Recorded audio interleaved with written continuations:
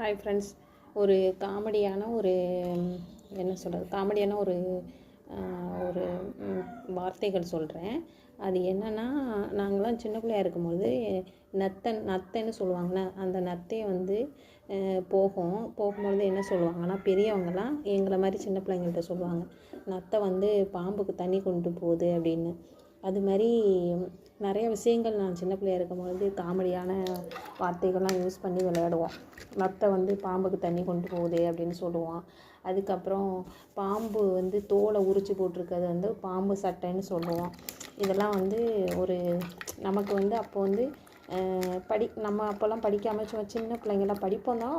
அதை இப்போ ஒரு 5th படிப்போம். அப்போதைக்கு நமக்கு அந்த அளவுக்கு யோசிக்கிற திறமை இல்லாமல் இருக்கிறதால அதெல்லாம் வந்து உண்மைன்னு சொல்லிவிட்டு நாங்களாம் வந்து ஜாலியாக அதுமாரி சொல்லி சிரிச்சுக்கிட்டு இருப்போம்.